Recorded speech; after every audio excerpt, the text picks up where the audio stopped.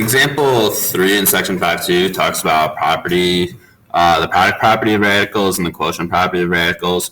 Pretty much what it says is that if you're taking the same root, okay, so the nth root, you can either have it under the same radical or you can split them, okay? So what I mean by that is when I look at example 3a right here, I notice that they're both fifth roots and it's 16 times 8. Since they are both the fifth root, you can go ahead and do 16 times 8 to give us 128. And then we're still taking the fifth root of that, okay?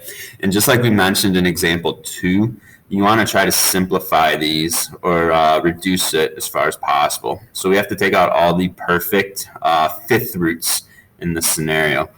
So we're looking for factors of 128 that are fifth root.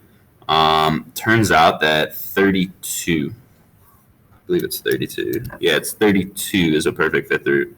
So we have the fifth root of 32 times the fifth root of 4.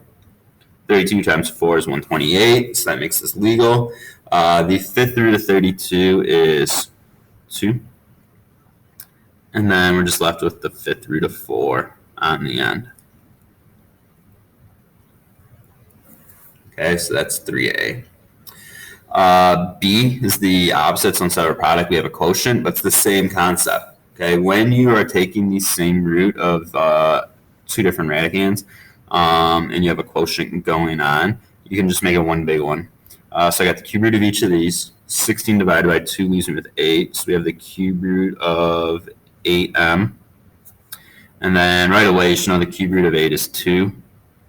Can't do the cube root of m, so it's just along for the ride. We're left with that right there. All right, so that's example 3.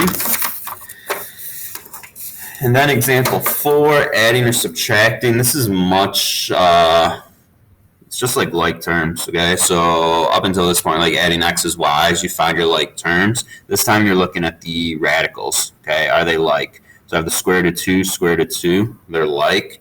So if I have 2 square roots of 2 plus 3 square roots of 2, we would now have 5 square roots of 2. That's all there is to it. The issue comes up on B. So for B, you look at it, you don't have like terms right away. So we got to go ahead and try to do a little bit of problem solving here. Looking at the square root of 20, we do know that we can simplify that into the square root of 4, square root of 5. Okay, 4 and 5 give me 20. And then the square root of 125 can be simplified into the square root of 25, square root of 5. So if we work that down, 4 square roots of 5, well, the square root of 4 is 2, so that's 2 square roots of 5.